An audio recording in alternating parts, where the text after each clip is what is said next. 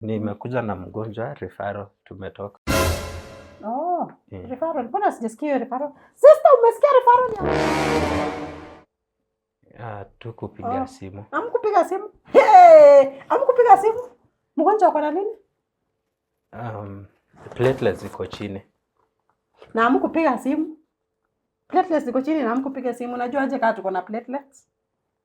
Hii ni referral. Oh. Referral yenye amkupiga simu. Kwanza hii ni medical. Niitie medical wakuja wa handle case. So patient amekuja na ambulance. Memleta na ambulance. Tumekuja na jasho, hakuna ambulance. Patient mmemleta na jasho. Mmemleta patient na jasho na platelets ziko chini.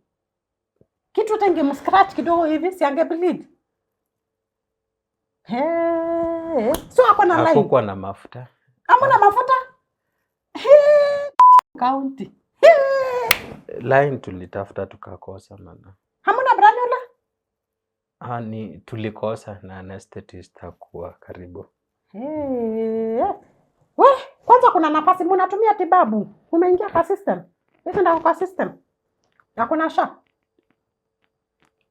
Unajua siku hizi hakuna kudini kama ana sha. Hana sha. Mjamkatia sha sasa mko mnakuja nini? Sisi tuna receive watu wenye wako na sha saa hizi kwa sababu system inasumbua kama mtu ana sha. Sasa patient atalipa na nini? Haya, na hakuna platelets. Hamna. Si mungeitisha hiyo platelets tu ikuje huko badala mulete patient all the way. Tuliona at least pia mko na specialist. Hamna specialist huko? Hamna hematologist. Guy. So unarudi na nini? Utarudi na hiyo jasho? Sasa Lile tu sitaki kutosa mgonjwa lakini nimemweka catheter. Patient ako na catheter? Hana catheter? Hana. Mbona kumweka catheter? Patient anatembea? Ni wheelchair. Sasa sio ni bed sores tunatafuta? Si tunatafuta bed sores? Ndio maana tumeleta haraka na asaidike. Sasa hivi kuja usikie patient ameletwa na jasho.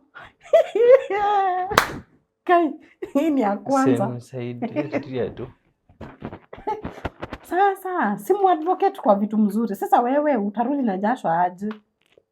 Uko mahali unawaka. Hamna ambulance kwenu? Iko. Mafuta ndio haikuwa. Hamna mafuta? Kwani hawapati sha? Hiyo hospitalini hawapati sha? Sasa unajua ni vitu administration siwezi jua.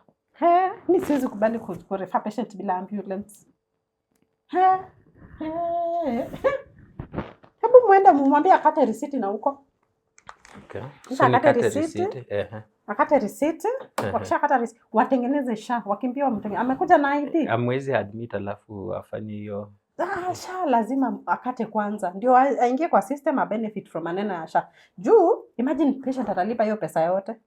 So umekuja na relatives wake waende wamtengeneze sha kwa cyber. Wako njiani wanatufuata. No. So umekuja na patient peke yake? Nitakana sawa akatiwe sha ndio.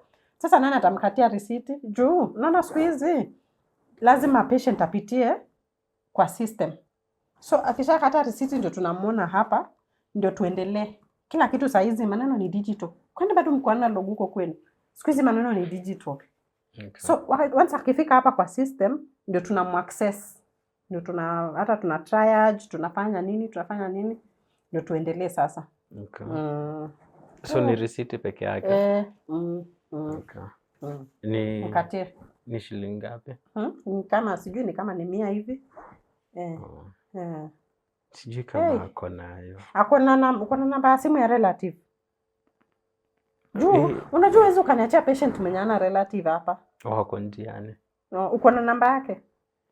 Tulipata namba ya neighbor. So ndo anatafuta the closest person. Lakini siku nyingine ukileta patient ukuje kama ushamfanyia ushamwekea brand ule, umepiga simu umeconfirm kama platelets ziko, umeconfirm kama hiyo service iko hapa. Imagine sasa tuseme tunamrefer tena aende kwingine, au relatives watampata wapi? Sawa.